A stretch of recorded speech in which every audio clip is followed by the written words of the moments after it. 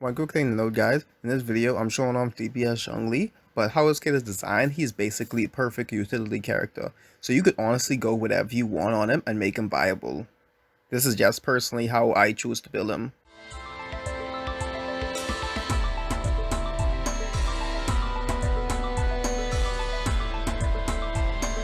Okay guys, so today we're going to talk about my Zhongli's build. Why I built my Zhongli like this and how you can also build yours. So if you come right over here to characters, Zhongli. Now, my Zhongli is level 90. I have only 3 constellations. The Vortex Vanquisher. But there are a lot of good options that you could put on Zhong. Battle Pass weapon for one is amazing. What else?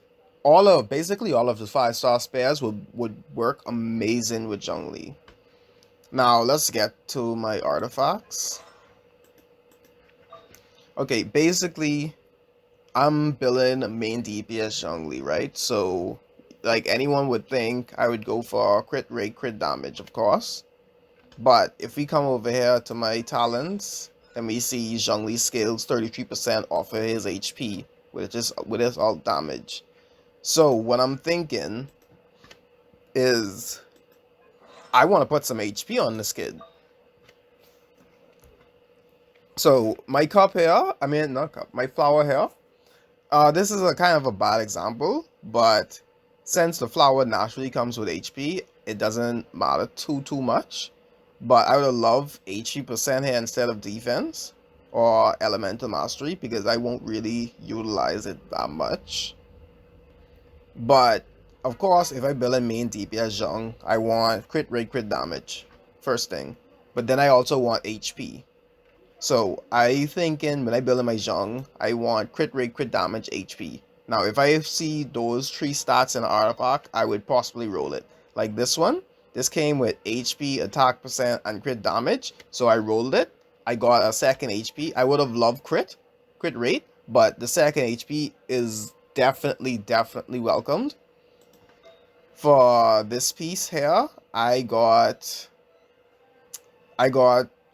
elemental mastery and crit rate. But the reason why I rolled this one was because I really just wasn't getting any good pieces. I was really hoping they gave me HP or crit damage, but they didn't. And even so, even after that, they rolled like 2 times into defense and like every other time into elemental mastery. That kind of made me mad. So as soon as possible, I would be looking to change this piece out. Yeah, I would be looking to change that piece out. For my cup, I build geo damage because I want his pillars and his ult to be constantly hitting, of course. And then I up here, this was a 4-piecer. This came with 4 stats. I up here because I saw crit damage and HP, and then I also had attack percent. So I was like,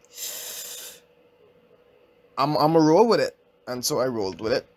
And then for my crown, since I have Vortex Vanquisher, and I don't have enough crit rate in my substats for the rest of my artifacts, I went for crit rate helmet.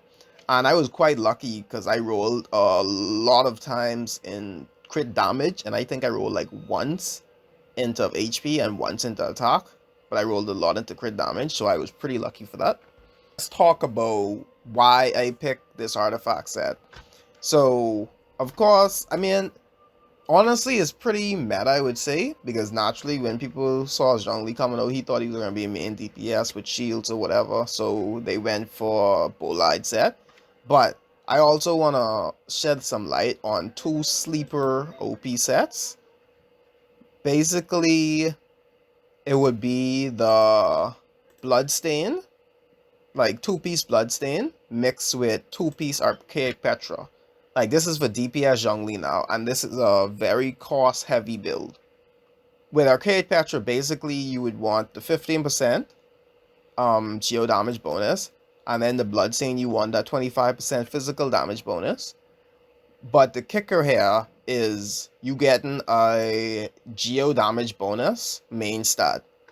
And this basically what this would do is with the 25% physical, 15% geo from Petra, and plus this 46%, that and plus Zhongli innate geo damage, that would give you up to 75, I believe, geo damage.